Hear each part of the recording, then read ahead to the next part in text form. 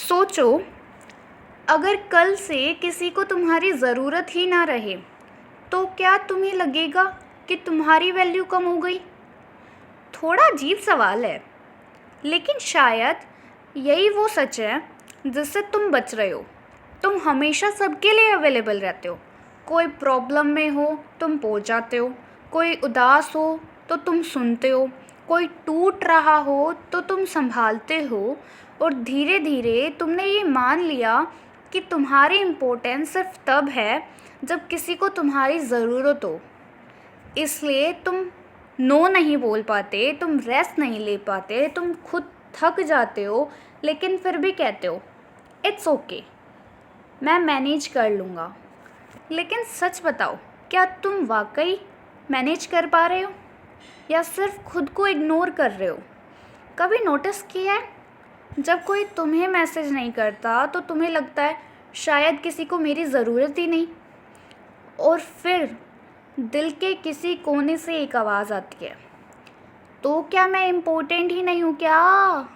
नहीं, तुम इम्पोर्टेंट हो, लेकिन तुम्हारी वैल्यू किसी की डिपेंडेंसी से डिसाइड नहीं होती।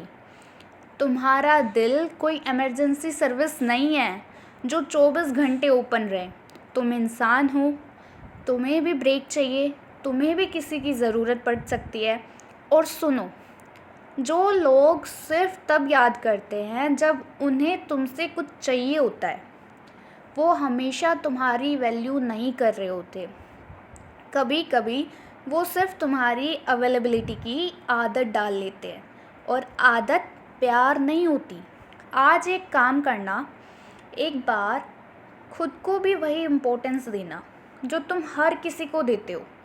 एक बार खुद से भी पूछना मैं कैसा हूँ, और अगर आंसर ठीक ना हो तो उस आंसर को इग्नोर मत करना।